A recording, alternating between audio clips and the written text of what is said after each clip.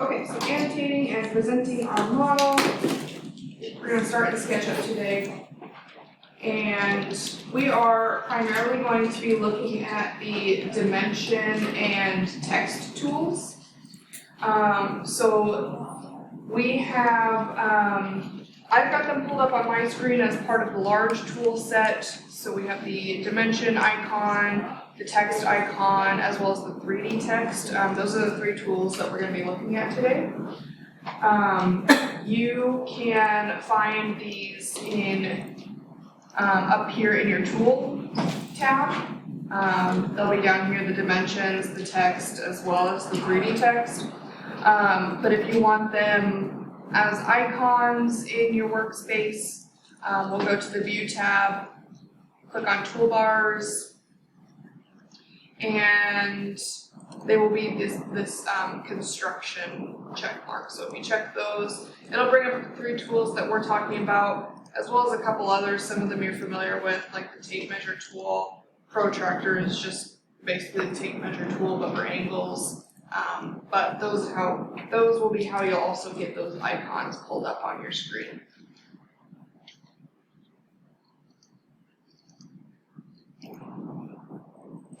Okay, so let me get us a little rectangle pulled up here. So for the dimension tool, pretty self-explanatory, just being able to dimension your drawings. You can use it in two different ways.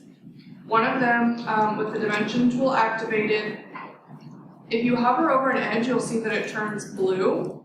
So then if you click on that edge and pull away, it'll automatically bring that dimension string with your cursor. You have to click along the edge, but not on a specific point. So not on the end point or a midpoint. To pull it away in this fashion, you just need to click somewhere else on the edge, and it'll take the dimension of that edge. And so you'll see that I'm starting to bring it away, and it'll give you options to go along the axes that are perpendicular to your edge. So you see that I can go on the red axis here, or I can start to pull it up along the blue axis. Dimensions do have to be perpendicular to the edge. They can't be kind of like at a weird angle or anything like that. So they will be on an axis. And then whenever you find the place that you want to place it, just click it, and your dimension will be in place here. The other way that we can do it, so I'll keep that one and let's go over to this other edge with the dimension tool still activated. The other way you can do it is by clicking specific points to dimension between those points that you're clicking. So I can click on each endpoint here, click on the first one, and you'll see it starts to pull away, and then I'll go grab my second endpoint, and again you can start to pull it away. It'll only go perpendicular to your line that you're on, and then click to finish placing that dimension stringer. So these are called stringers whenever it's the actual dimension line with the measurement located here. They just call that a stringer. But be aware if you're using this method where you click on certain points, you can only click points, endpoints, midpoints, intersections. I can't start to start my dimension. I can't click just on a random point in space. The dimension tool doesn't work like that. It has to be at a specific place. You have to find a point. I can't even click along this edge to find that measurement. So the dimension tool works either in entire lines or between specific points. Like I can measure to the midpoint here and start to pull that away, but I can't click just a random place in space. We have to have points for it. You can, however, use grid lines or guidelines. You can measure between guidelines. So if I have a couple of guidelines here, I can use the dimension tool between guidelines. The only tricky part here, with some tools like the line tool, we can hold down shift to keep it in a straight line along the axis. The dimension tool doesn't have that option, so it's a little bit more difficult to try and measure between these guidelines unless you have very specific points already selected, because SketchUp doesn't really let you keep a straight line with your dimensions, so it's a lot more helpful if you have those points picked out already at the beginning. You can also make your dimension stringers snap to each other. So let's say I want to dimension this additional line that I just created. Get rid of these guidelines.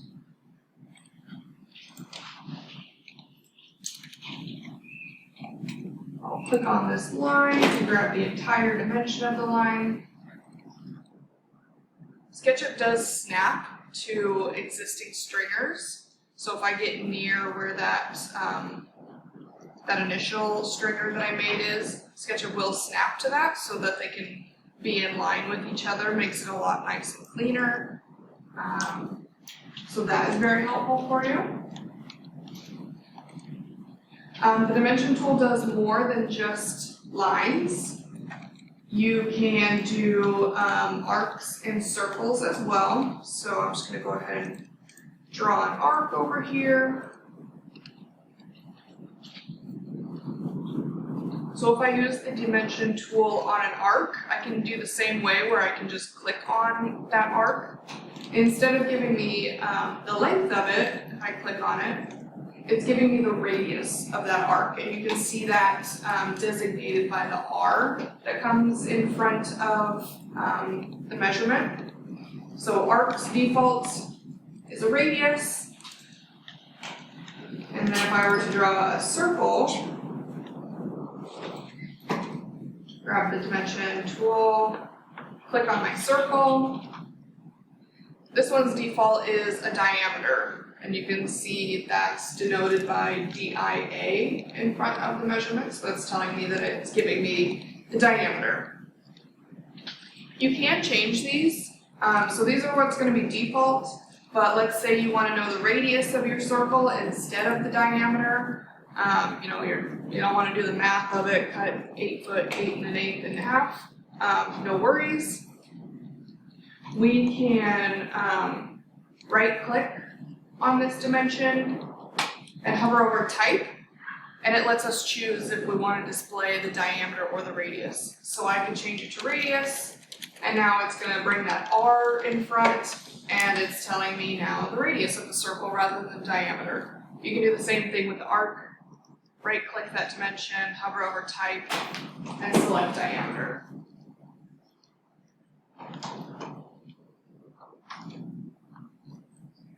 You can also overwrite the text that's within these dimension stringers.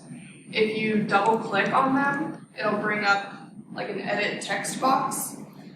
So I could edit this, I could put it down to 5 feet and hit enter to finish it.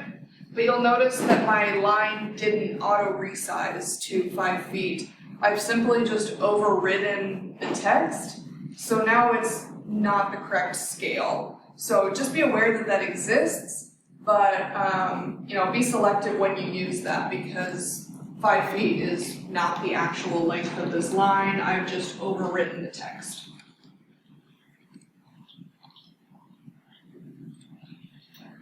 To get rid of dimension stringers, you can use the eraser tool on them. So you can click on each one to erase them, or click and drag to erase multiple at the same time. Or you could drag a selection box over them and just hit delete on your keyboard, whichever way is easier for you. Let me bring them back here so we can keep taking a look. And you'll see here whenever I did this, even though I have one long line here, These are technically two separate lines because of the way that I've drawn them. So if I just select it, it's only gonna give me the dimension of that one single line. It's not gonna do the entire thing. So if I did wanna do the entire thing, I would have to use the method of clicking the endpoint all the way to this far endpoint and bringing those away. So if you hover your cursor over your lines, you can see where it's going to give you those dimensions. It'll give you the length of that blue line that's being highlighted. So in default, this is kind of the way that SketchUp stringers look, but we can change it. You can click on your dimension stringer and then go up to Entity Info in your default tray. And it'll tell you here, of course you can move it to a certain tag, and I would recommend that you create your own separate annotations tag, or maybe you have one for dimensions and maybe you have another one for text, but do still keep your organization tactics that we've been learning throughout the semester and keeping things organized. So I would encourage you to create a separate tag for your annotation items, so you can change what tag they're on here, just like with any other geometry that you select. But you'll also see that it tells us what the font and the size of that font is, and you can choose to change that by clicking on the Change Font button here. And so you can scroll through all of these different font types that are here in SketchUp to change it the way you want. Let's say I want Century Gothic. And you might have some extra options for the style. Maybe you want it to be italic. And then for the size, you can choose if that is in points or height. So points describes the physical size, and the size won't change as you zoom in and out. It's just going to stay that same size. If you choose height, you can give it an actual inch or feet dimension, and so it'll scale with your model. Let's look at it each ways. So this first one, I'm just going to keep in points. I'll hit OK, and you can see that my font here changed. I'm now in that Century Gothic, as well as you can see in my Entity Info, it changed to Century Gothic Italic. Let's grab another stringer so that we can just look at the difference here. Go ahead and do the same length by clicking on the two endpoints that I want. And so this next one, if I click on it, and I go to change the font, let's say I want it to be in height this time. I'm going to make it 2 feet. We'll see how big that is. Hit OK. And you see that's now huge. So that's actually giving me numbers that are 2 feet tall with respect to the scale of my model. So you can see if I start to zoom out, it's getting a little bit harder to see here. Let me move this a little bit further. So as I start to zoom out, you'll see that the one that I designated in 2 feet, that stays at 2 feet. As I zoom out, it gets smaller because it's getting further away. It is in the scale of my model. But the one that I have in points here at 12 points, that size stays the exact same. As I scroll in and out of my screen, it stays at 12 points no matter where I'm at. So that's just the difference between points and height, whether or not you want it to scale with your model or just always be the same size as you move around throughout the model. A couple other things that we can do with your dimensions. Just go ahead and get rid of some things here. Let's just look at this one. Again, I'm clicking on this dimension. You'll see we have some advanced attributes of this. If you don't see those attributes, you can click on the little black and white button here to either show or hide the different details. you have some options of aligning to either the screen or aligning to the dimension stringer. So right now I have it aligned to my screen, which means that no matter where I go, those numbers are staying upright for me. I can always read them as I move around throughout the model. If I align them to the dimension stringer, then you can see that it went in line with the line of the stringer, and they're gonna stay in that same axis as I move around.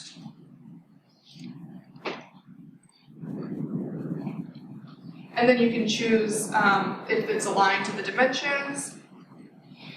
You can choose if it's above your dimension stringer, if it's centered on the stringer, or if it's outside. So that's just denoting whether it's on top of, within, or on the bottom.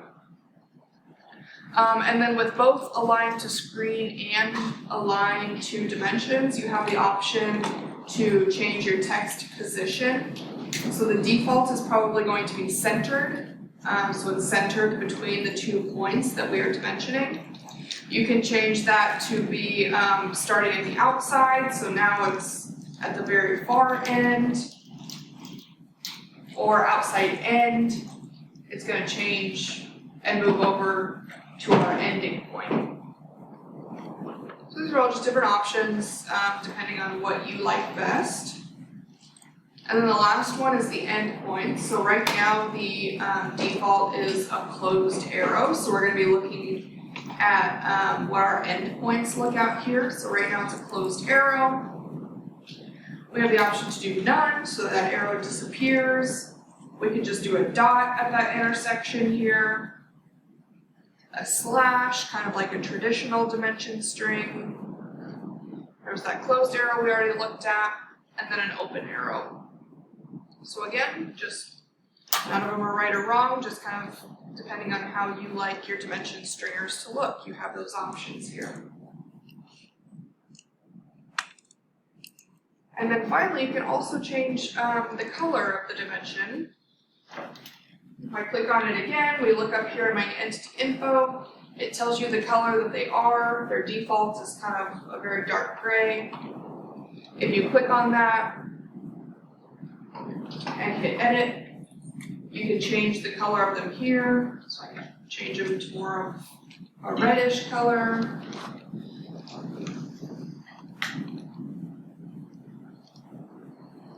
Now that's red. Or you can actually even use the paint bucket tool on your dimensions. So if I grab the paint bucket, again, that hotkey is B on your keyboard. You can paint them with anything. You can even paint them with a texture. So I could paint it with this carpet pattern square. Obviously it's not going to give me that full texture, but it kind of gives you that similar color of the texture. So even if I navigated in my collections here to my colors, and let's say I want it to be this orangey color, I can click my paint bucket on that dimension and it'll change it to that specific color.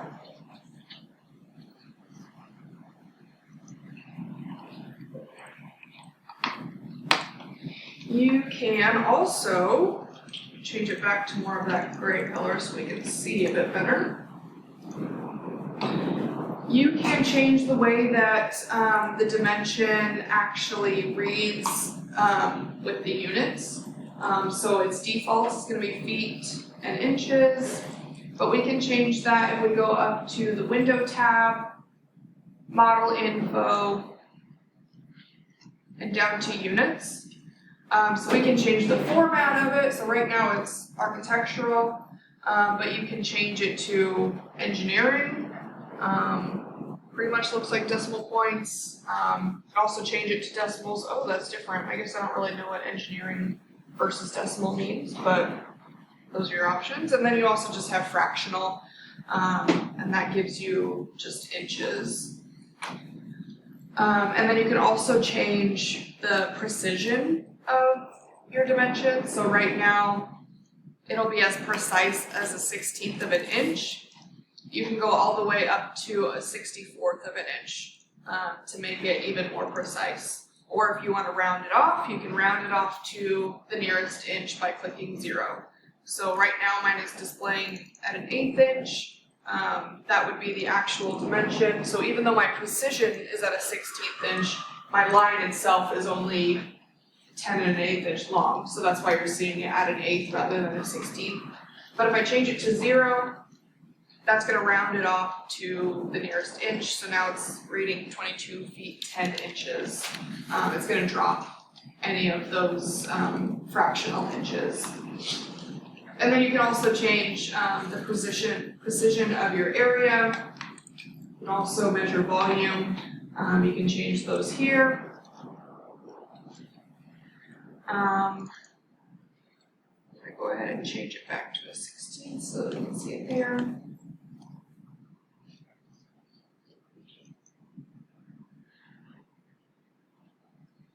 You can move your dimensions later on. Let's say that you actually want this to be further out or closer to the line than you originally have it. You can move it just with the move tool. You can move it either further in or further out. The only thing is, it'll only stay on that axis that you had it on. So originally whenever I created my dimension, it gave me the option to either go along the red or along the blue. But whenever I'm using the move tool after the fact, it's only going to stay on that same axis that I already had it on. So if you do want to change it to now be coming upward along the blue axis, you would have to redo that dimension. So we can just delete it and then create our new dimension. And now we're able to pull it up along the blue axis. With me so far? Okay. Let's go ahead and look at the text tool. And that's the one over here that looks like a white text box with an arrow coming off of it. So this text tool creates just freestanding notes. It has the same font, color, size options as the dimension tool did. So if I just click on it here once, it'll just give me a random text box, type whatever you want into it. It's like if you hit enter, you can go to a different line, so then whenever you want to finish, just click away. So it's called screen text whenever it's just the text itself. So you have two different options for text, screen text versus leader text. So let's look at screen text first. It's placed at a specific location anywhere on the screen, and it stays right there in a fixed place. So even if I am zooming in and out, you can see that my text is staying exactly in the same place on my screen rather than the same place in the model. So no matter where I go, it's staying in the exact same fixed location, pretty much right here in the center of my screen.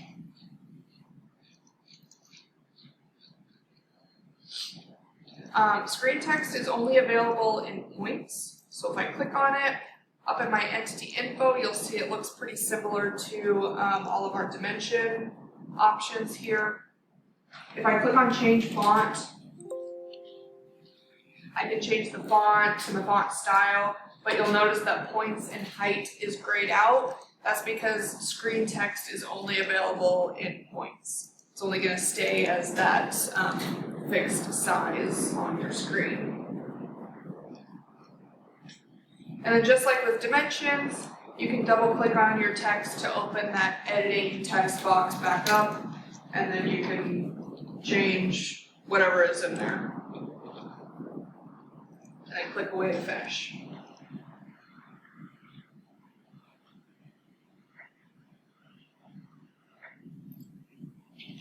Leader text, so that's screen text, staying in the exact same place on the screen no matter where I go. leader text is more model driven. And so it's the exact same tool, still the text tool. But a leader text is basically text with a leader line and an arrow that points to and attaches to a face or a point. So you'll see if I click on, with the text tool, if I click on a face or a line or even a component, once I click on that, a leader line is displayed and it kind of already has some text in there for me. So with a face, it's automatically going to give you the area. With a certain point or a line, so here I clicked on this line and it's giving me the length of the line.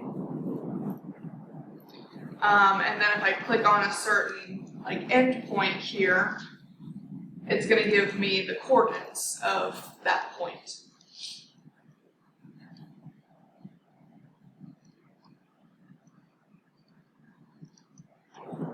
So leader text will move with the model. So as I kind of swivel around, you can see that the text is moving around because it's more oriented to the model rather than to the screen. So it's actually giving me information about specific points in my model.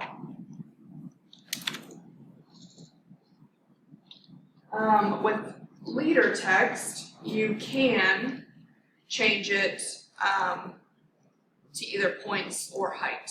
So I clicked on that change font button again here in the entity info, and now I have those options again to change it to either points or height.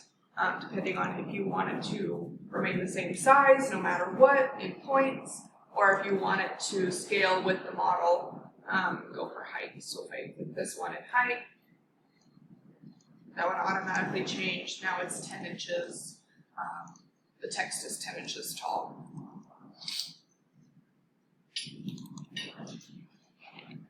And again, you can double click the text here to overwrite it. But again, it's not going to resize anything. I think you can even just put normal text in here as well. So, it automatically gave us either the length or the coordinates or the area. But if that's not what you want, you can definitely overwrite that text to say whatever you want. And then you do also have the options here to change the arrow type. So what it looks like here at the beginning of our leader, we can change it. We have those options of making it either a dot, nothing at all, or that open arrow. And then this other option here where it says leader, we have the option of being push pin or view based. You can also hide it, so you could take that leader away. That would be the hidden. But push pin leaders, they will rotate and orbit with the model. So you see that leader kind of moving all around depending on where I am orbiting within the model. Let's go ahead and make a copy of this one. So you can use your same move and copy tools with this text. With this one, let's say that I change from push pin to view based. So view based leaders will always face the camera. It'll always face towards you.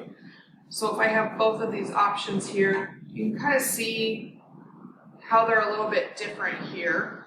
As I'm moving around, my view-based leader is kind of always staying oriented to me. It's always staying very legible. Whereas the view-based one is kind of rotating all around. It's kind of staying more with the model rather than with my perspective.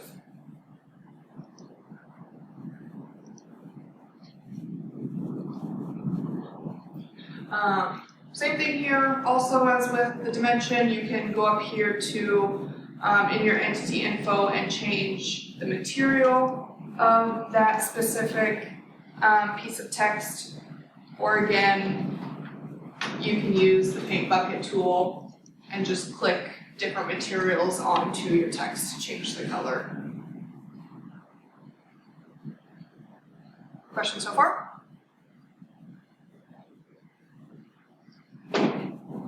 Okay. So we see how to change things individually. You know, I can make all of these different text and dimensions have all of their own individual properties by selecting each of them and changing those properties. But we can also change all of the annotations in the model at once. So let's say I want all of my text to look the same, I want all of my dimensions to look the same. I can go up to, again, Window and Model Info. And then we have options for both dimensions and text. So we'll start with dimensions.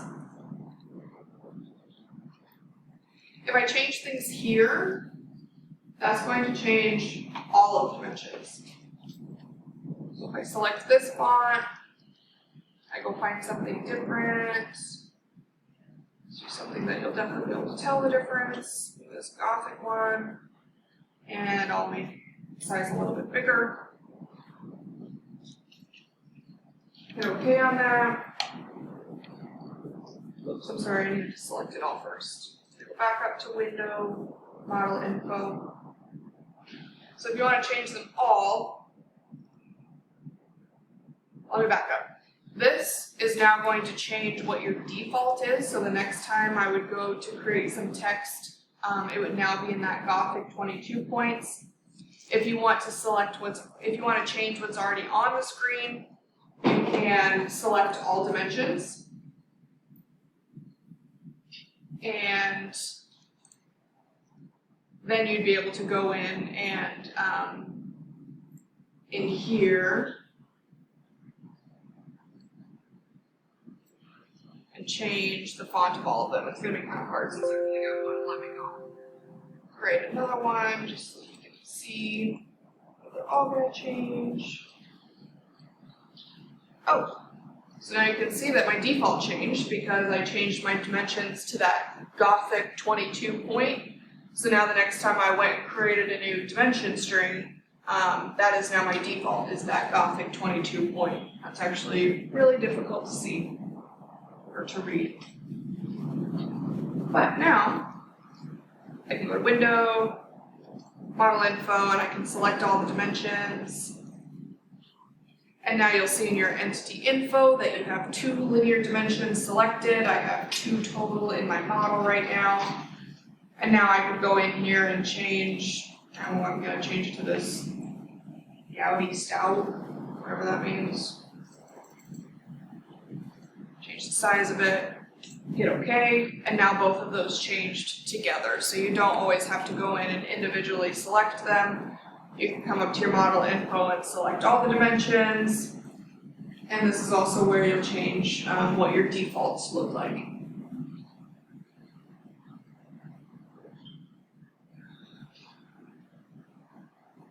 Or you can select all the dimensions, and then if you hit update selected dimensions, those will update everything to what your default is right here. So now that I hit update selected dimensions, they all went to that Gothic 22 points.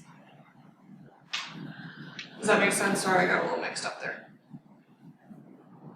Okay, so we can do the same thing with the text. If we come down to text, we can change what our default is. So right now it was the Tahoma 12 points, but I can change that to be something else.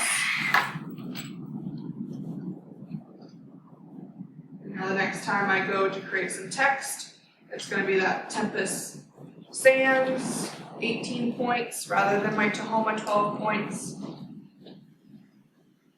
So you have the option to change the default for both screen text and leader text. as well as what your leader lines look like. And then you also have those options to select all screen text, and then you can come in here and change them, as well as select all leader text and come in and change those.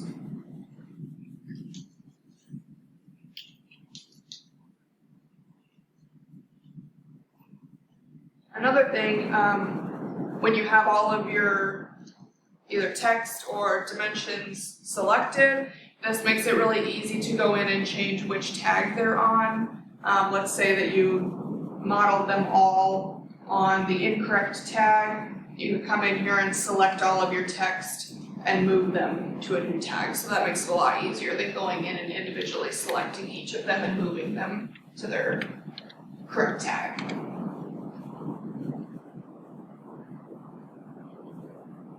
Okay, and then we also have the third tool that we're going to look at is your 3D text. So this makes text become a component. So right now, each of these text and dimensions that I've created, that's all they are, is just text and dimensions. But with the 3D text, I can create text that automatically is a component. So if I select that 3D text icon here, you're going to get a dialog box.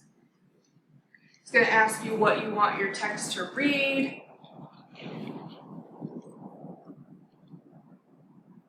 And then you'll also have the option to choose your different settings here. So you can change what font you're using, if it's aligned left, center, or to the right. You can change the height of it, so 3D text is only in height. You can't choose it in points. It is more model-based, so you'll choose the height of it. And then you can choose if your form is filled or if it's extruded. Let's kind of look at what each of those options looks like. So the first one I'm going to create here, I'm going to uncheck both filled and extruded. And then when you're happy with your settings, you'll hit place. And it'll give me kind of this three-dimensional text. It should have had another surface here. Let me go ahead and create one. Kind of just like our rotate tool, it'll try and find a surface to host to. So I can place it, along the ground here, or if I come and hover over another surface, it'll automatically orient to that face. And then when we chose left, center, or right, that is choosing where your insertion point is. So I chose center, so my insertion point here is smack dab in the middle of my text. So I'll go ahead and place that one. And that one is unfilled. We can see right through it. There is no filling to that text. If I click on it and I go look at my entity info, you can see that it's registering as a component. So 3D text is automatically coming in as a component. So you can copy it around, edit it, all that good stuff. Let's look at some of those other options. So if I go to create another 3D text box,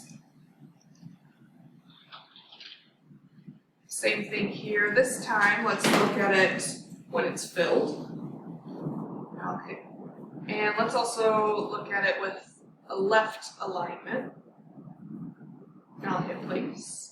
So now you can see that my insertion point, that point where I'm placing my text, is now on the far left of my text. So it just kind of depends on where you're wanting to place that text, if it's right in the center of something, or if you know each specific endpoint. And so now I can go ahead and snap to different lines and endpoints, and I can make that kind of line up wherever I'd like. And you'll see that my text is actually filled in now. And I can use the paint bucket tool to go ahead and click on those and fill it with whatever material that I want. You'll see that with the unfilled, I cannot go ahead and make those a certain paint. It's like there's nothing there, so it's actually selecting the entire surface that it's on because SketchUp doesn't register that this is a filled face. Alright, and then our last option that we had there within our 3D text was extruded. So if we check mark that extruded, it'll ask you how much you want it to be extruded by. So this is basically just the thickness of the text. So let's just make it kind of dramatic so that we can see the difference here. I'll make it a foot rather than an inch. Now I'll go to place it. Oops, I forgot to modify my text, but the point is that you can see that now it's this nice thick text that, that has an extrusion to it. And with this one, I can also use the paint bucket tool and I can fill in that entire thing. But this acts just like a component. I can double click into here and edit different faces of it. I can give some faces a different color than others. So it is acting like a component.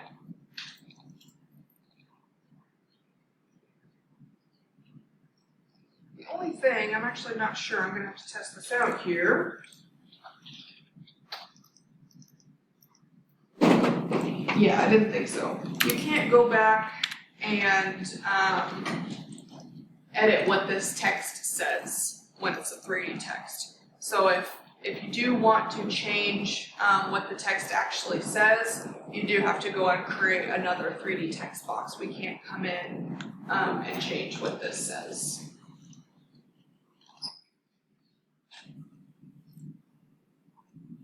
But since it is a component at this point, we can come in here, we can use the move tool, we can click Control to copy it. We can also rotate this around. So it's now just like any old other component. And if I come in and, edit one of them, let's say I'm gonna delete this second part here. This other one is also going to be affected because they are components, they're tied to each other. You can still, have the same options of right-clicking and exploding or making unique. It is a component now.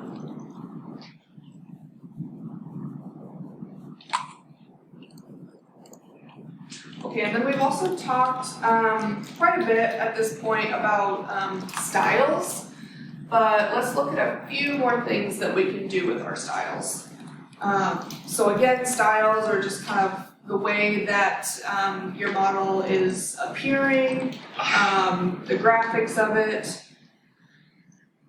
So SketchUp has, I'm going to navigate in my default tray here to the styles panel. So SketchUp has a ton of just native styles here in the default panel. Just like with the materials browser, we have different collections of styles that we can look through. So you can use this drop down here to go through different collections of the style. So let's go look at the sketchy edges maybe. Tons of styles that you can choose from. Once you click on one of these thumbnails, that's automatically going to change the appearance of your model. So your model is now going to have that style that you clicked on. If you ever want to go back to SketchUp's default style, you can navigate back to the default styles collection here. And you can always come back to your original styles. There's the default style here. Whenever you hover over them, they'll tell you the name of them so you can find the default style. And just click on that and bring it back to whatever it was. Or maybe it was the architectural style. Lots of different styles. It's also tied to, your default style is tied to whichever template you chose. So whenever I opened up SketchUp, I chose the simple style. So that was the one that my SketchUp model actually came in as, was this simple style. So your default style might be something different depending on which template you chose.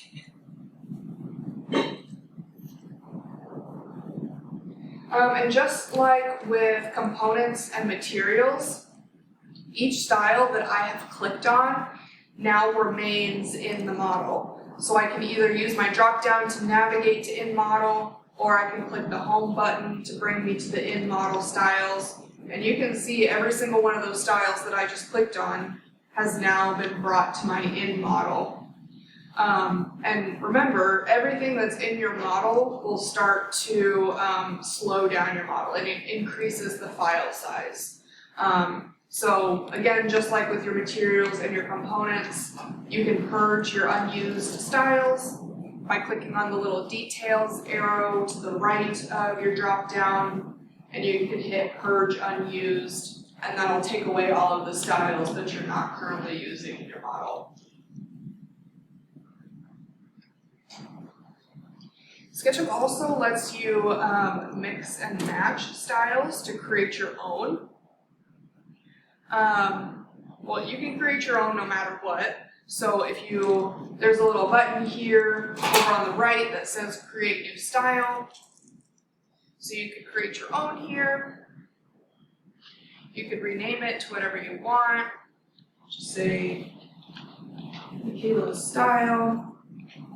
You do have to hit the update button for any of your style changes to save. So this little refresh button, go ahead and hit that anytime you make a change, and that'll save whatever you've just done. So if I just want to purely edit my style, I can go to the Edit tab, and we've looked at this before. You can change your edge, face, all those settings. But let's just briefly look at the Mix tab. If I navigate over to that one, and we'll pull up our secondary panel down here.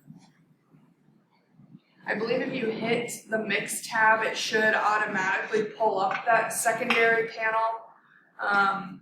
But if you're just kind of on either the Select or the Edit, you can pull that up with the black and white button that says to display the secondary panel.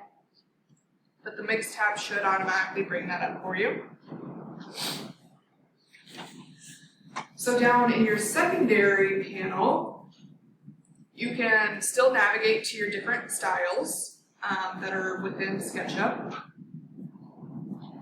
And then you can click and drag different styles to your edge settings, your face settings, background, all that good stuff. And what it'll do is, if I click and drag the chalk on green board to my edge settings, and I release on edge settings, it'll take the edge settings from that chalk on green board, or whatever style you have clicked and dragged. It'll take those edge settings and bring them into your new style. So now Michaela's style, the one that I just created, now has the same edge settings as the chalk on green board. And you can see that my model automatically updated with those edge settings. I could also go and look at some other ones here. Let's go back to my default settings. Maybe I like the background settings of this landscape architectural style. So the ground plane and the sky, all of that. I can click and drag that one to my background settings, and whenever I release, my style will automatically update to the background settings of that landscape style. So it's only taking those specific settings for the edge, face, background, watermark modeling, and it's giving those to your new style. And then of course hit the update style if you're happy with your changes. But, you can absolutely go to the edit button and make your own choices for your style. You don't have to use the Mix tab and grab those settings from other styles. You can certainly completely make your own.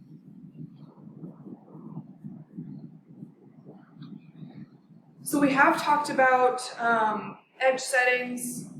We've talked about the face settings, bringing the different colors and transparency, maybe some X-ray qualities in there. Let's look at the third icon here, which is the background settings. With the background settings, you can choose an overall background color, as well as a sky color and a ground color, and you can choose if you want to display the sky and the ground. So if I uncheck both the sky and the ground, I'm only going to be left, my entire screen is just going to be filled with whatever background color I have here, and you can click on that color and change your background color to whatever you'd like it to be. Now that I've made it that awful green, it is updated with that. If I click that sky button, it'll automatically find a horizon line for me and bring a sky above it.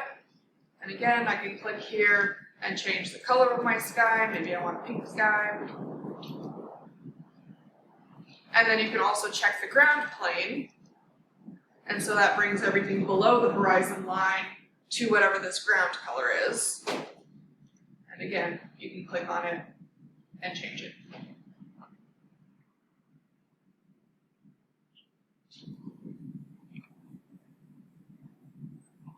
Showing the ground from below, you can see how that works here. I'm clicking on and off. If I'm on, I can actually see that ground color as I'm here below. If I uncheck that show ground from below, I'm not seeing the ground anymore. I'm only really seeing the sky and my background color once I'm down below these axes, below the ground plane. And you can also change the transparency of your ground plane here. It's a little bit difficult to tell. It is making some slight changes here.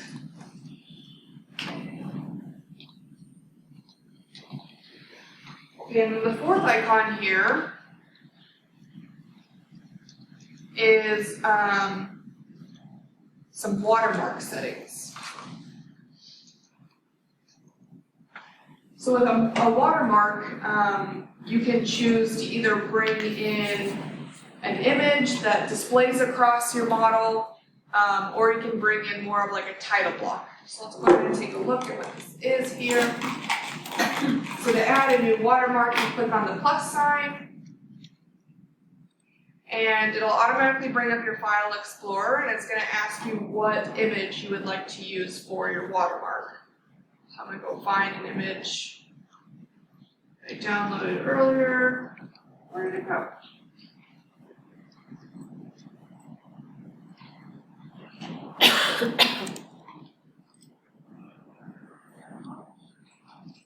Yeah, it's not there. It was a JPEG. Well, let's go see. I'm going to go find another image.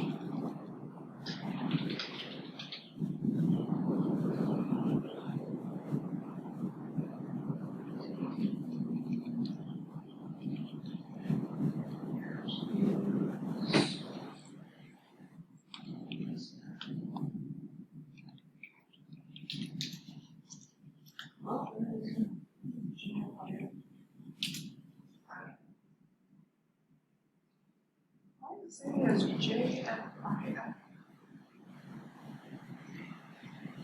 Alright, we're gonna grab a normal image.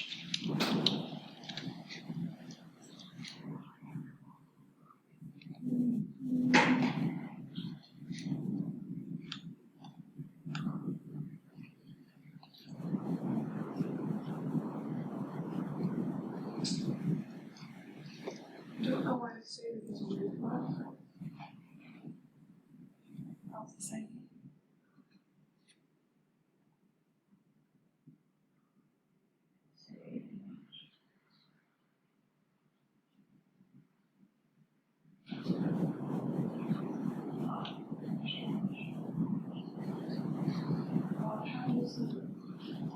I know I have some.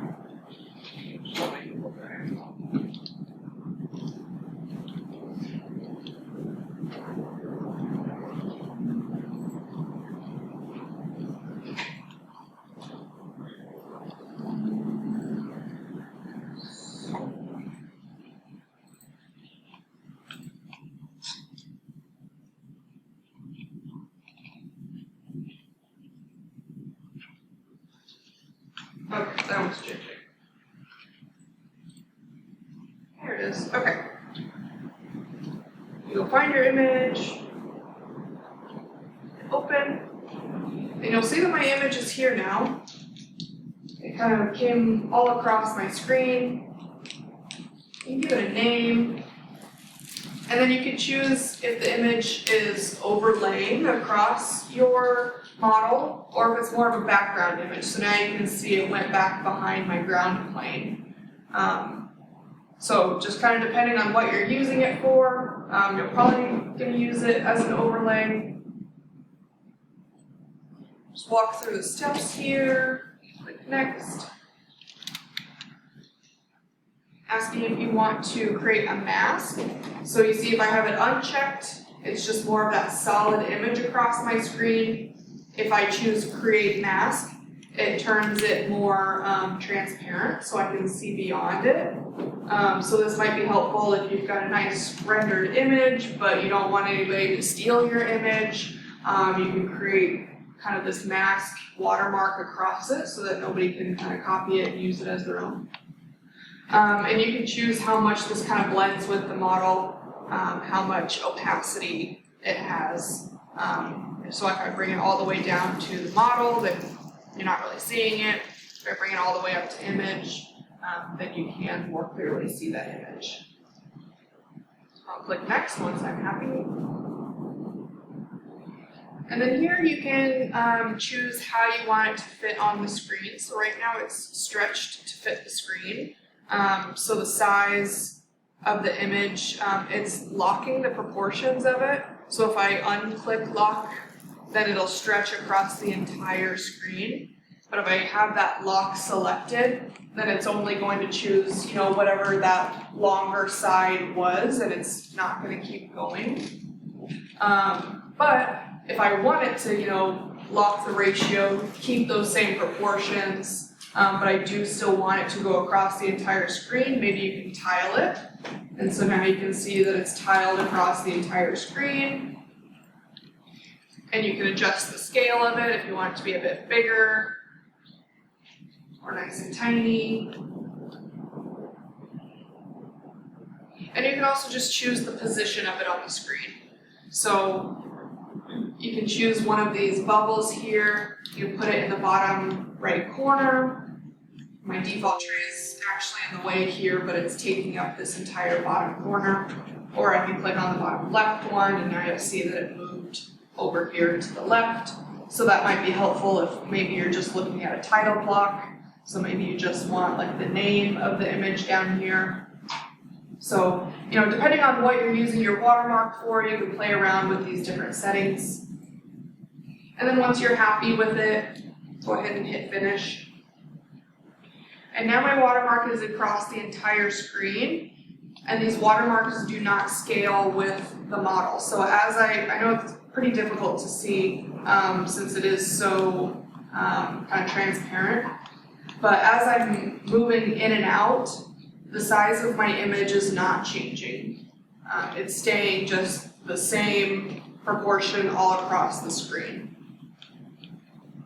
And you can also uncheck this display watermarks if you decide that you don't want that to show right now. You can uncheck that and your watermark will go away. If you have multiple watermarks, you can also choose to move them up and down, and that'll kind of layer them so you can have one on top of the other with those different arrow buttons. And then the last one that we have, this fifth button, this fifth icon here is your modeling settings. So if I go ahead and look at those, these are just kind of like some general what is being displayed in your style. So you can change the color of different things. So for example, selected, whenever I select something, it turns that blue color, but let's say that I would like it to be a different color, I can certainly change it here, and you have your options for your picker between color wheel, RGB, all that good stuff. So maybe I want my selected items to be more of a light blue. I can change that, and now my selected elements are in that color that I've chosen. Same thing with like your sections here. We learned how to make a section before.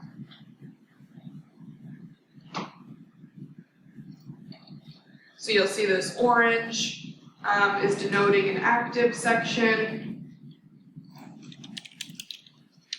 And if I choose to not have my section active, so it's inactive, it turns into more of this gray color. Again, I can choose those colors and select something different.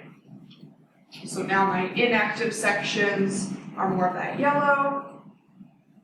Maybe I want my active sections to be a bright green. You double click on a section to make it active. And so now it's more of that green color. You can also choose, what's being displayed as far as any hidden geometry, hidden objects. If you want to turn your section planes, cuts, all that completely off.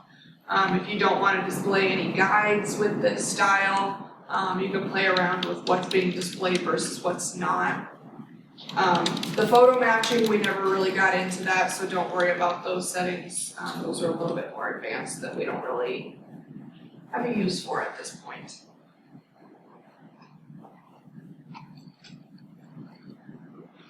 All right, and again, if you find settings that you like for your style, do hit that update button. If you don't hit that update button, even though it's all being displayed on my screen, so for example, I didn't click update after I changed my section colors or my selected colors, it's being displayed on my screen right now, bless you. Thank you. But if I were to go back, and choose a different style, now I'm back to my simple style. If I go back to my style, you can see my section, my inactive section went back to that orange because I did not update my style with those settings. So just be aware, if you make changes you don't like, just click on a different style and come back to it, and those settings will not have saved. But if you do like your settings, do hit the update or the refresh button to make sure that those stay. Questions at all of anything we've gone through so far? Are we feeling okay? Do we need a break? I've been talking for a while. If you say nothing, I'm going to assume you're fine. All right, we're fine. We're going to keep going. Okay, so that was the Chapter 8 content, which is annotation and styles within SketchUp. Chapter 9 content that we're going through is plugins and layout. So, I hate the style that I'm looking at. I'm going to go back to the normal one. So the beginning of Chapter 9 talks about plugins, which are extensions to SketchUp. They're literally additional software that plug into SketchUp, and they can allow you to extend SketchUp's native capabilities. So it can make certain tasks easier, or you can also do more things than what SketchUp allows you to do. So we're not going to cover any extensions in depth, but I think it is just important to recognize that these things are there. And so if you feel that you're at a point where you want to play around with extensions, we can see how we'll be able to do those. So you can certainly find extensions for SketchUp on the internet. Let's say that, there's a certain task that you just absolutely hate doing. You can type that into Google and see if an extension will come up to help you figure that out. But SketchUp also has an extension warehouse, similar to the 3D warehouse where we can go and look for components and materials so that we don't have to do those things ourselves. The extension warehouse has a bunch of plugins. So it's a website that is containing these plugins, and the plugins are written by SketchUp as well as third-party developers. So you can find this extension warehouse just in the extensions tab up here at the top. Click on that, extension warehouse. And similar to the 3D warehouse, it'll pop up. You can search for specific extensions if there's one that you know you're looking for, or you can just kind of start to browse through here and they tell you what they do. So, for example, let's see here. Maybe this cleanup tool. And you'll also see on the extension warehouse, some extensions are free. A lot of them here on the extension warehouse are free, so they're easy to just kind of plug and play into your SketchUp. But some of them do cost money. So the nice thing about the extension warehouse is it tells you here if it's free, or if it costs, it'll take you to a listing page. So just be aware if the extension that you want costs money. But you can click on the extension and you can read all about the different things that it does. So this one specifically cleans up and optimizes your SketchUp model. So it can do a lot of background tasks just to help you keep your model cleaned up, nice and organized. So it'll automatically erase duplicate faces. You can merge some coplanar faces. So you can go in and read all the different things that it does, and all of these different extensions here. You might find some of them helpful. So I wanted you to be aware that these things exist, but we're just not necessarily going to get into them in this class. What we are going to do is get into layout.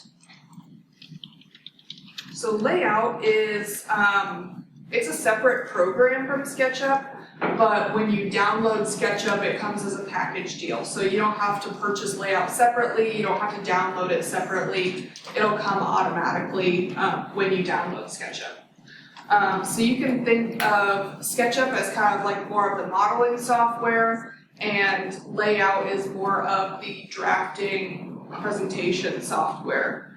It's kind of similar to AutoCAD's paper space. So you've got your model space and your paper space. So SketchUp would be the model space, layout would be the paper space. So let me just model something here so that we have something to look at.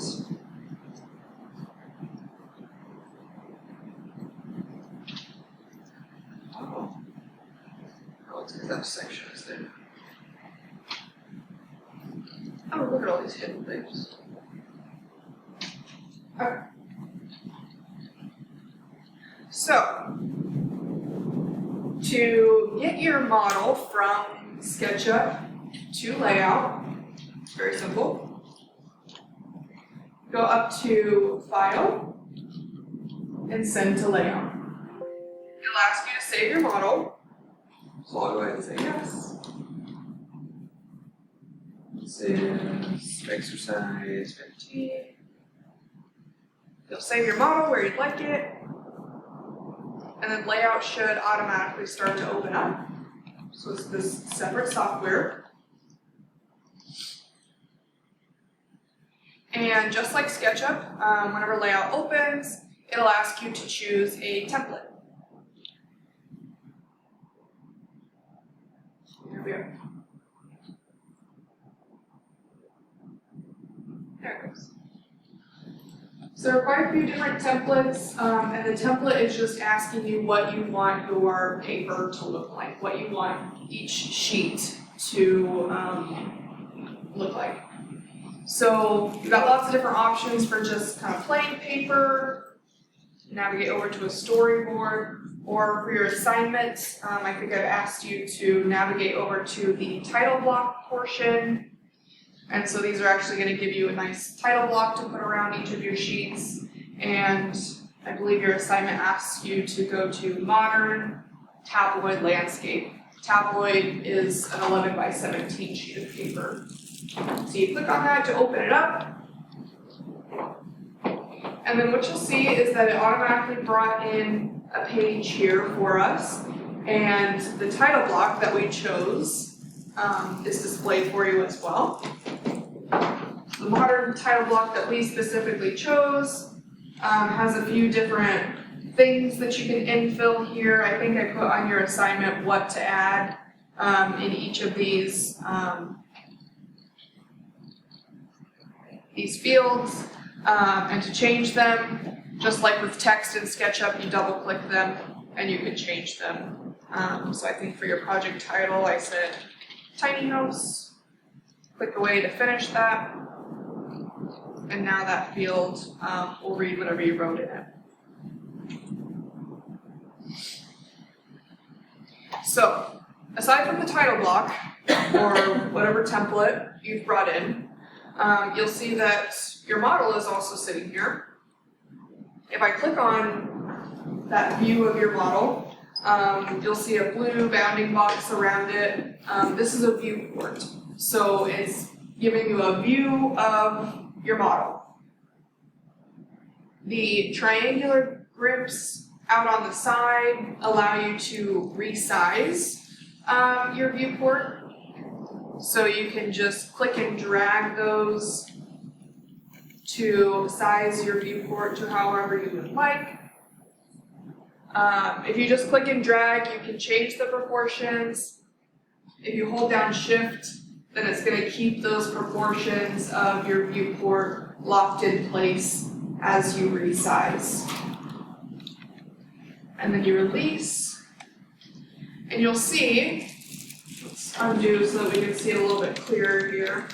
You'll see whenever I resized the viewport, my model also got smaller. So the size of my model stayed in relation to the size of your viewport. So if you don't want that to happen, this is where we'll start to get into our default tray over here. So layout also has its own default tray. The one we're going to look at first is the SketchUp model panel.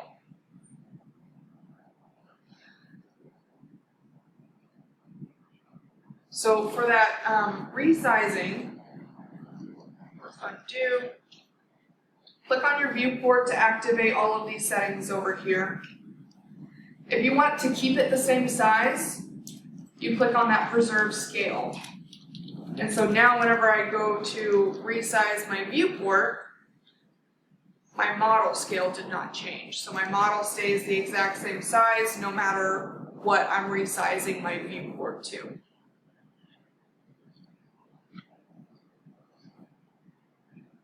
Additionally over here, so I'm preserving the scale, but I don't necessarily have a scale set.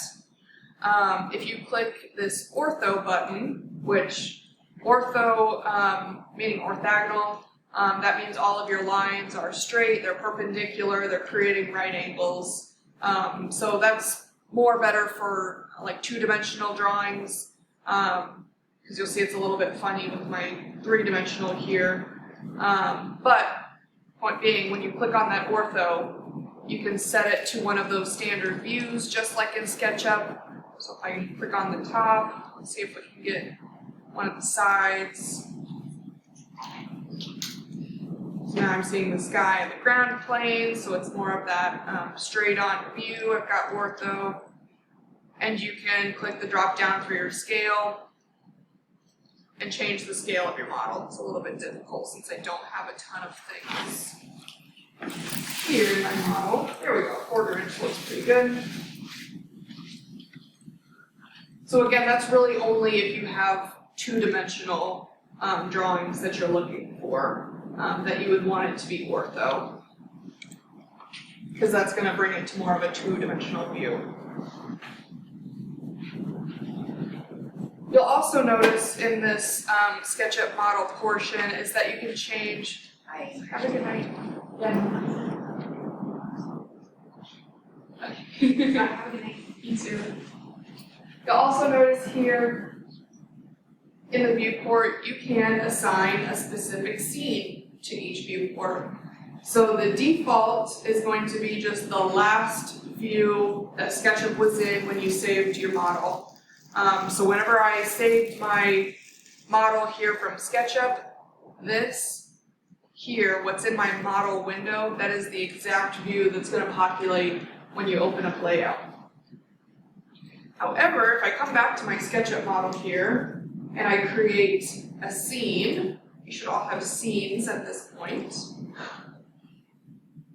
Plus sign. Now I've got my new scene.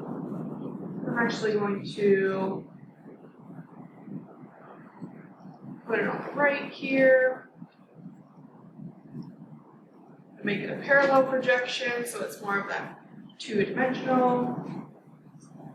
And just so that we're sure that it's updating, I'm going to go ahead and also create another box here, just so that we can see once I update. If you make any changes in SketchUp, you have to save your model in order for those changes to translate to Layout. So since I've just created a new scene, I created some more geometry, I'm going to go ahead and save my model. And then whenever I go back to Layout, you'll see it didn't quite update just yet. Again, in this SketchUp model panel, it shows you which SketchUp model is linked to your layout, so it's my exercise 15 model. I just need to hit the refresh button. So once I click on that, now you can see that that additional geometry that I just created is now there. So I saved my SketchUp model, and then I reloaded it in Layout.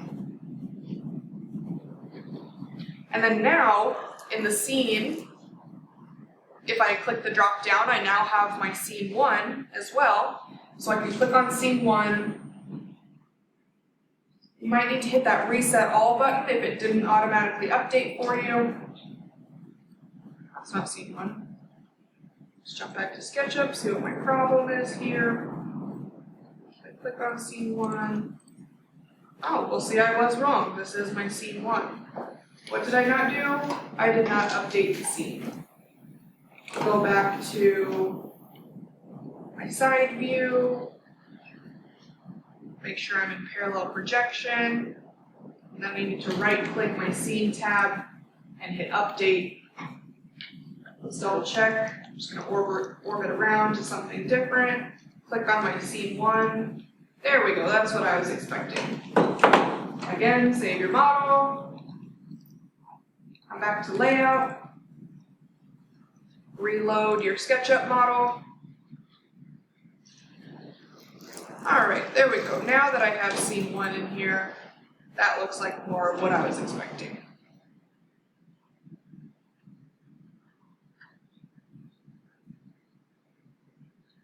You'll also notice in my scene 1, I have made my perspective view to that parallel projection. Remember, parallel projection makes it more of that two-dimensional view. So it's already in an ortho view.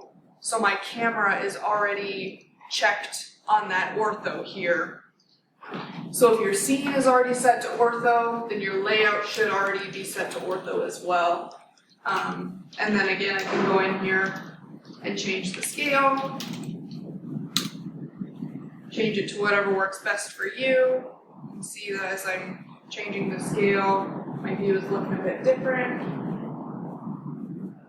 I like to go back to there.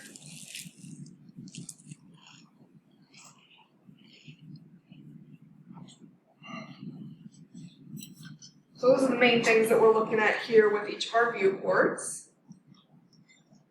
To create a second viewport, because we're going to want to display multiple of our scenes in our assignment. So to create a second viewport, First thing I'm gonna do is make this one a little bit smaller to leave room for my other one. So I can make my viewport a little bit smaller here so that I'm just capturing what is relevant to this view. Again, I'm holding down Shift to keep the proportions of my viewport locked. And then I have Preserve Scale checked so that my model does not scale as I scale the viewport. To move a viewport, click on your viewport, and then as you hover over the viewport, you'll see that my cursor automatically kind of changed to the Move tool.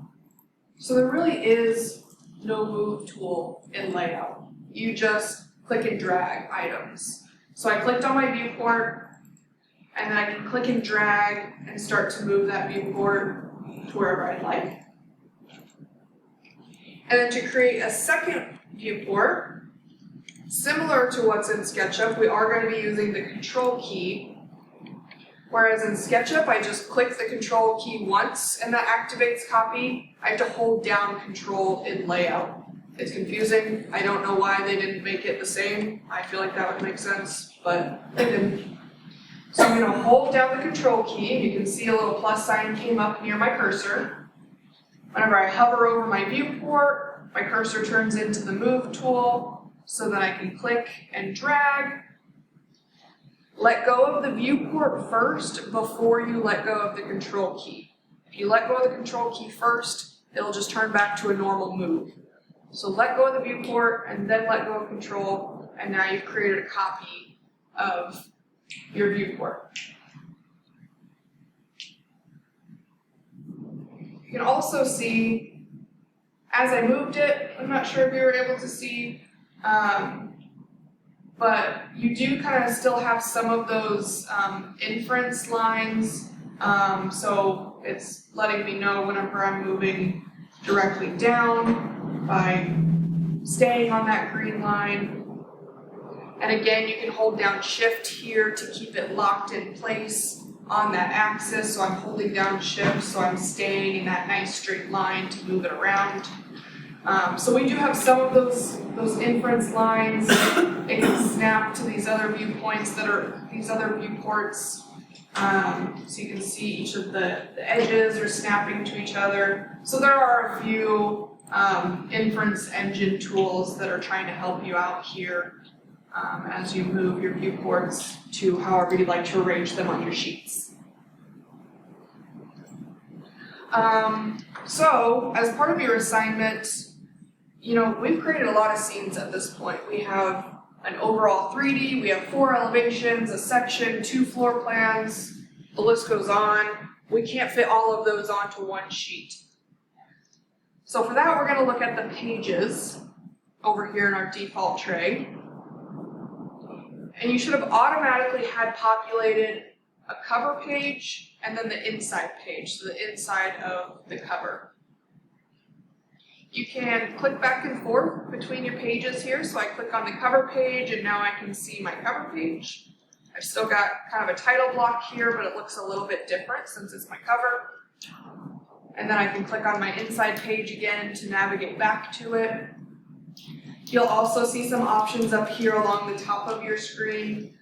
We have the same navigation options between pages, so I can click previous and then I'll go back to my cover page, click next to go to the next page.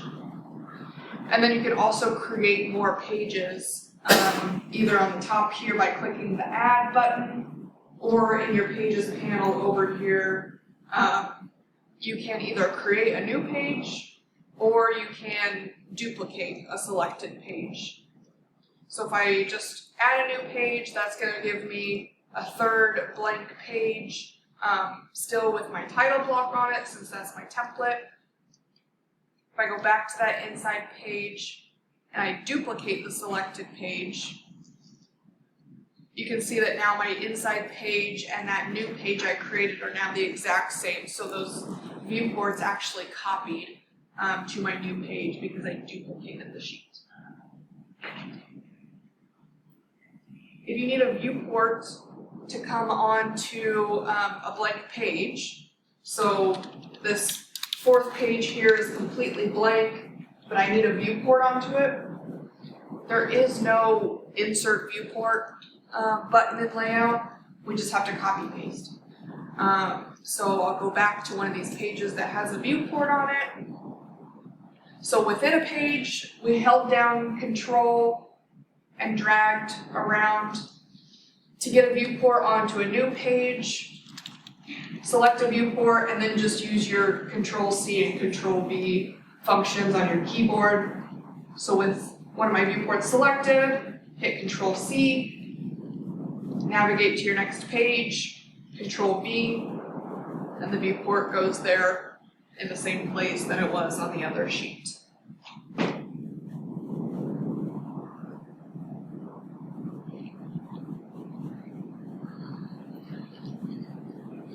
And then, just like we looked at with the other one, I can click on these new viewports, go back to my SketchUp model panel here, and you can choose a different scene to display here. Let me go create another scene in my SketchUp model. So it's very much where you're able to go back and forth between your SketchUp model and your layout file. You just have to remember to save the SketchUp file and reload it in layout each time you make a change. So let's say, for example, I'm going to create another scene, maybe looking like this. Make sure that that's saved okay. There's my scene 1, coming back to my scene 2, perfect. Remember to save. Come back to layout, reload your model. And now with this viewport, I can choose to display my scene 2. And if it's a little bit wonky with your proportions here, you can just adjust your viewport crop to be centered on your geometry there.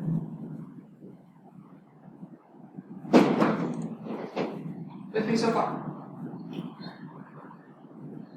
Okay.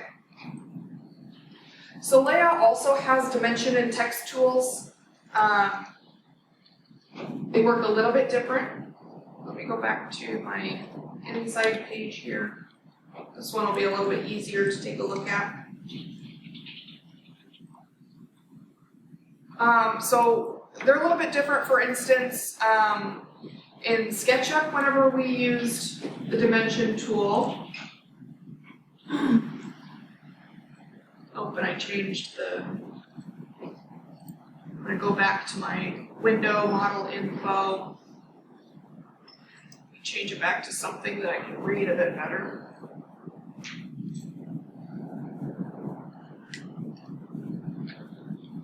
Oops, that's my text. I want dimensions.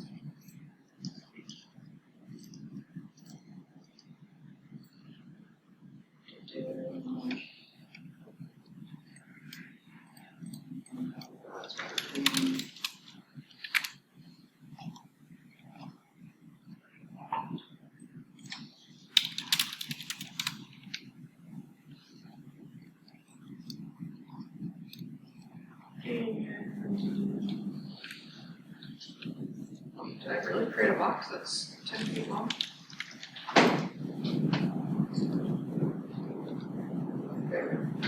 Okay, so for instance, when I'm looking here in SketchUp, the way it reads is feet and inches. There's no hyphen between them. If I look at it in layout, let me save my SketchUp model. Reload it here. The dimension tool is up here along the top. It looks just like the SketchUp dimension tool. I can click on endpoints here. So you'll see that these ones actually display a hyphen. I don't know why SketchUp doesn't have a hyphen, but Layout does. Again, it's weird. I don't know why they didn't make things the same, but they did not. So there are kind of like some subtle differences. Also in Layout with the text tool, so we have that same text tool. It's called Label here in Layout. But same thing, we can click on it and it actually tells you what it's going to display. So the text tool in Layout also gave, or in SketchUp also gave you the area. So this tool does as well. A difference between the text tool here in Layout versus SketchUp. Layout, you can actually make a curved leader line. So SketchUp only allows you these straight lines for your leader, but you can create a curved leader line here. Click on where you want to start, and then to create your second point, click and drag, and you'll see that's giving me more of a curved line. So SketchUp doesn't allow you to create that curved line, whereas Layout does.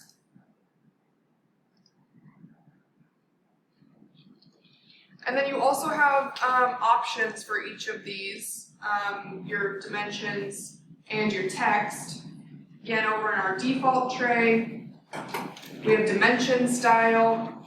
So if I click on a dimension, I have lots of different options that I can choose from. So again, you can determine where your text lies within your dimension stringer, if you want it in line with the stringer versus above or below. You can even rotate the text if you want it to look a little bit different.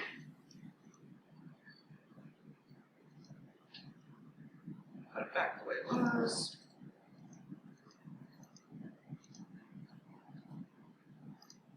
You can change it from architectural to, your decimal again. So you've got a lot of the same options here that you did in SketchUp. Some of them just look a little bit different. Same thing with the text style. If I click on a text, I can choose to underline it, put a line through it. You can change the color of your text, change the text type, and if it's bold or italic, and the size, and all that good stuff you can change here. So the thing about SketchUp versus Layout with your text and your dimensions, if I create a dimension in SketchUp, it'll show up in Layout. If I create a dimension in Layout, it will not show up in SketchUp. So I come back to SketchUp here. Go ahead and create that dimension again. Save my model. Update my model under the SketchUp model panel. That dimension came back here. The only thing is, now that it's here in Layout, I don't have any control over what that dimension looks like. I can't really change the height of it, the size, the color, anything like that. So for that reason, you might find it easier to do your dimensions and things in Layout so that you actually have control over the way they look within Layout. You don't have to go back to SketchUp to change it.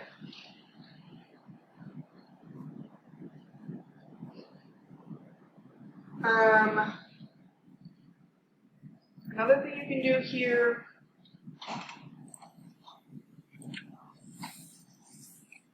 is we can add symbols to Layout.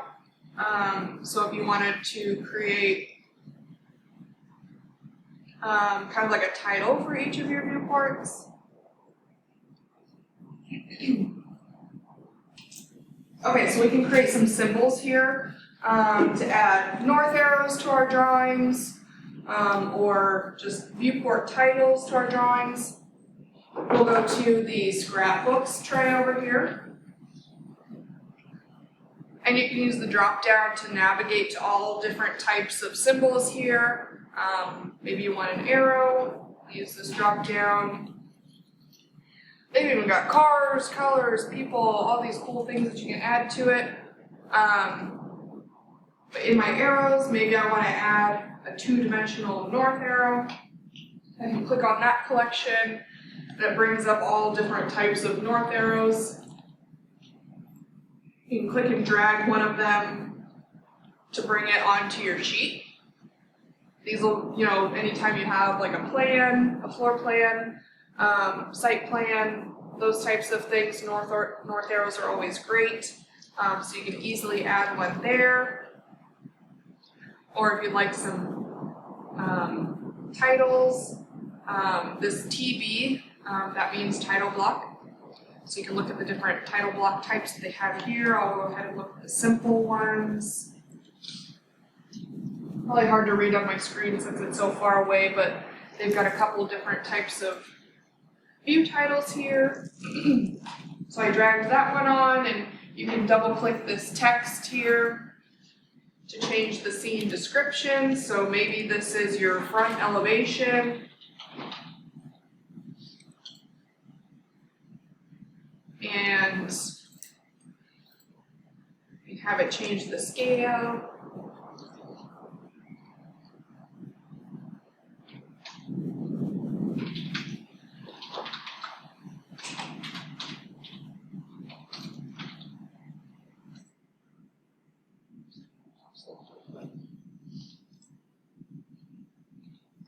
These can also be resized, as you can click them, they act just like a viewport. You can hold down Shift to keep those proportions. So if you want that a little bit bigger. So you can also double click into these and, you know, move some stuff around. You could also create your own viewport title. You've got some drafting tools up here, like you've still got your pencil tool, some arcs, rectangles, circles. So you can click on these things and you can draft not only on your page, but you can also draft over your model views.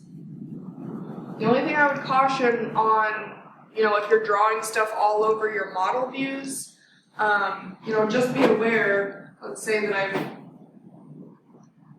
I don't know, maybe this is at a very specific point here.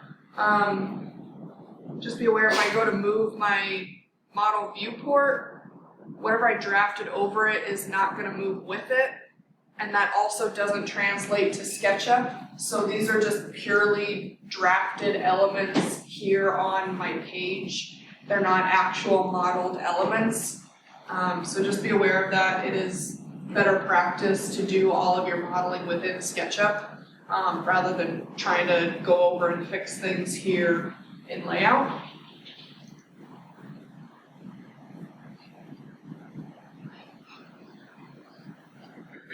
And then the last thing, so you know, during your assignment, you'll create however many pages you need to be able to add all of your different scenes. Just some things to remember. When you make a change to your SketchUp model, you must save the model and then reload your model here in layout. So if you're wondering, hey, why aren't my changes showing? Did you save your model in SketchUp? And did you update your model here in layout? Most of your options for customizing your views will be controlled through SketchUp rather than through layout. Layout does have a lot of options for, like even if we go back to the SketchUp model tab, you know, you can come in here and create certain effects. You can even see that my styles are here. So I mean, you can change things here within layout. I would just highly encourage you to make those changes within SketchUp rather than within layout, because whatever you change in layout does not go back to your SketchUp model. So it's just better practice to do all of your modeling, your styles, customizations through SketchUp rather than through layout. And then also, like we talked about, these drawing tools, you know, try not to get used to drafting things through layout as kind of like a shortcut, last minute thing. You should really be doing all of your things in SketchUp and mostly using layout just as a graphic presentation. You know, we can draw these view titles, you know, add your symbols, all those good things, but you really should be doing the majority of your stuff in SketchUp, even though layout does have some of these options. So we go look at your assignment.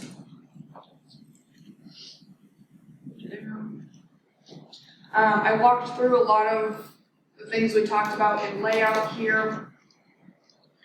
But your actual assignment is to add your scenes as viewports into layout.